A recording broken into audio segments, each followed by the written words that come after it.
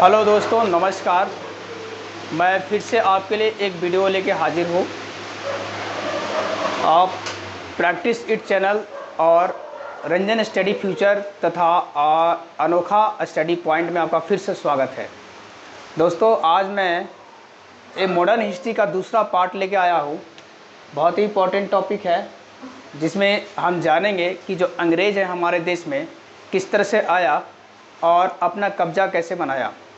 दोस्तों, इस modern history से आपका ये हर एक वीडियो में आता रहेगा और मॉडर्न हिस्ट्री का और भी पार्ट आते रहेंगे। आप इसको शुरू से अंत तक ज़रूर देखें और लाइक शेयर सब्सक्राइब ज़रूर करें। दोस्तों, तो आज हम शुरू करने जा रहे हैं मॉडर्न हिस्ट्री का पार्ट। तो पार्ट 2 है। देखिए दोस्तों, ये है यूरोप के जो लोग थे। यूरोप में कहा जाता है कि यूरोप में कस्तुनतुनिया नाम का एक देश था, जिस देश में पहले मेरा ऐसा नहीं था कि हमारे देश में पहले व्यापार नहीं होता था। हमारे देश में पहले व्यापार लैंडमार्क से होता था, यानी कि जो ज़मीन मार्क था उससे होता था व्यापार। लेकिन क्या था, बीच में अरब देश के लोगों ने कस्तुनतुनिया एक देश पे अटैक कर दिया और बीच में हमारा मार्ग क्या कर दिया, अवरुद्ध कर दिया। और मार्ग अवरुद्ध हो जाने से यूरोप के लोगों को उन लोग मसाले का ज़्यादा खपत करते थे और लैंड व्यापार से ज़्यादातर मसाले की व्यापार करते थे। तो ये लैंड अवरुद्ध हो जाने से यूरोप के एक राजा पुर्तगाल के जिनका नाम था द नेविगेटर। उस राजा का नाम था द नेविगेटर जो राजा थे, इन्होंने अपने एक वायसराय को भेजा और वो उनका जो था उनका नाम क्या था, वास्को डिगामा।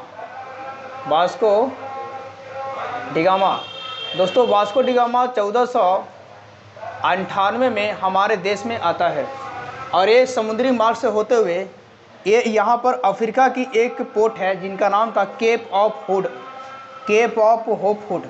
इस पोर्ट पे इन्होंने पहली बार आया और यहाँ से इनका समुद्री मार्ग खोज करते हुए केरल के कालीकट बंदरगाह पे आए। केरल के कालीकट बंदरगाह यहाँ के राजा था जिनका नाम था जमोरिन ने वास्को डिगामा को भव्य स्वागत किया और यहाँ से कहा जाता है कि वास्को डिगामा यहाँ से मसाले लेके गया और यूरोप में यहाँ जब इसने सेल किया तो लगभग 60 गुना इन्हें क्या किया, मुनाफा कमाया। 60 गुना मुनाफा कमाया। यह जो एक ऐतिहासिक मार्ग था, जो जलीय मार्ग से व्यापार के लिए जो खोजा गया था, कहा जाता है इंडिया को कोई खोजा नहीं था, बल्कि इंडिया में व्यापार करने के लिए पुर्तगालों ने इस समुद्री मार्ग का खोज किया था। तो दोस्तों, समुद्री मार्ग का खोज सबसे पहले पुर्तगालियों ने किया और पुर्तगाल ने सबसे पहले हमारे देश से व्यापार को बढ़ावा दिया। सबसे पहले तो मसाले के इन्होंने व्यापार किए। दोस्तों, कुछ और रियासत थे हमारे देश के अंदर, जितने भी राजा, जब यहाँ से कंपनी, अब पुर्तगाल जब आए थे तो एक एक करके सारे कंपनी सारे देश के आने लगे, जिसमें एक अंग्रेजी कंपनी जिसका अंग्रेजी कंपनी जो था। अब दोस्तों, अगर मैप में देखा जाए तो मैप से यूरोप के हिसाब से देखे जाए तो हमारा इंडिया पूर्वी हिस्सा में है। पूर्वी दिशा में होने की वजह से उस कंपनी का नाम ईस्ट इंडिया कंपनी पड़ गया। ईस्ट मिस होता है पूरब। ईस्ट इंडिया कंपनी जब यहाँ से आई यूरोप से तो पूर्वी हिस्सा में ये व्यापार करने चली। तो इस समय यूरोप की जो महारानी थी एलिजाबेथ महारानी थी, वो 1600 कहा जाता है दोस्तों 31 दिसंबर 1600 ईस्वी को कंपनी की स्थापना हुई। कंपनी की स्थापना ब्रिटेन में हुआ। कहाँ हुआ दोस्तों? ब्रिटेन में। और ब्रिटेन में उस समय महारानी एलिजाबेथ थी और 1603 में महारानी एलिजाबेथ की मृत्यु हो गई।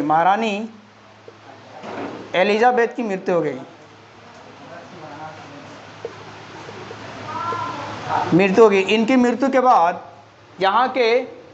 यहाँ से एक यूरोपियन कंपनी ने क्या किया था, 15 साल के लिए व्यापार करने का एग्रीमेंट किया और 15 साल एग्रीमेंट करने के बाद ये हमारे देश में आते हैं। और अंग्रेज़ जब आते हैं तो पहली बार सूरत में 1600 ईस्वी में यहाँ पर फैक्ट्री का निर्माण करते हैं। लेकिन हमारे देश में उस समय जब कंपनी का निर्माण ब्रिटेन में हो रही थी तो हमारे देश में मुग़ल शासक अकबर थे। और जब कंपनी का वहाँ से जो दूत है जिनका नाम था कैप्टन हॉकिंस, पहली बार कैप्टन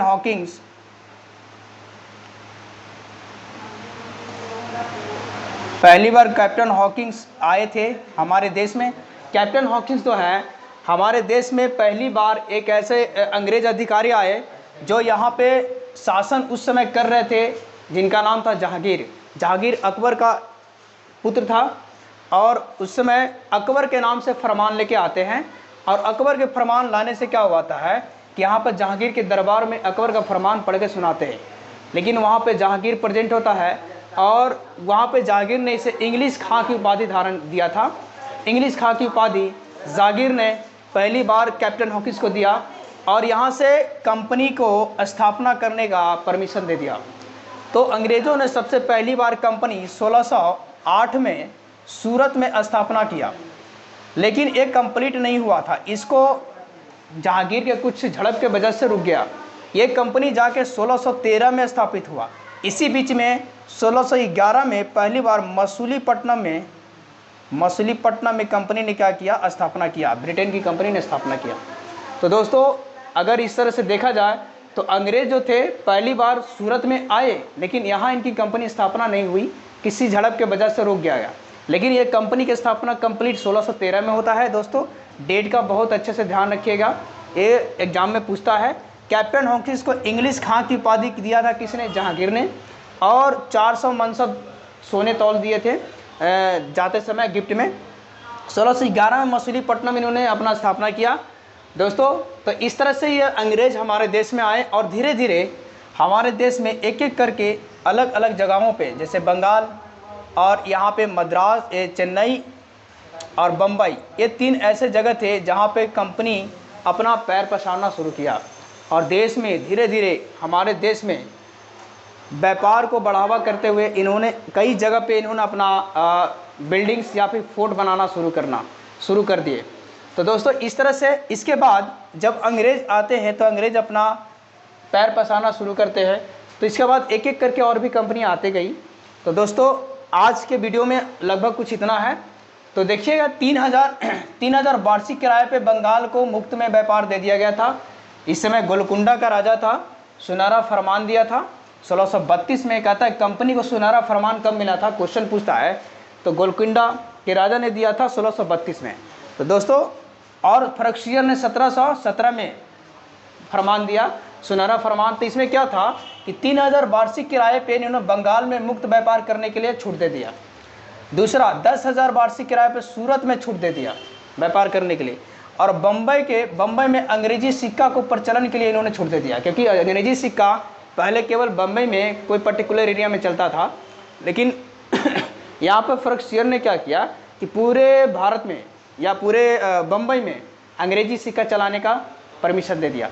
और इस तरह से अंग्रेज़ जो हमारे देश में पैर पसारते गए और हमारा देश धीरे धीरे गुलाम बनता गया। दोस्तों अगली वीडियो में मैं आपको और भी आगे इसके लेके आऊँगा। तो आज के लिए इतना ही दोस्तों। तो मुझे उम्मीद है कि आप कुछ समझे होंगे और शुरू से अंत तक वीडियो को देखें। प्लीज़ लाइक और सब्सक्राइब और शेयर करें। जय हिंद, जय भारत।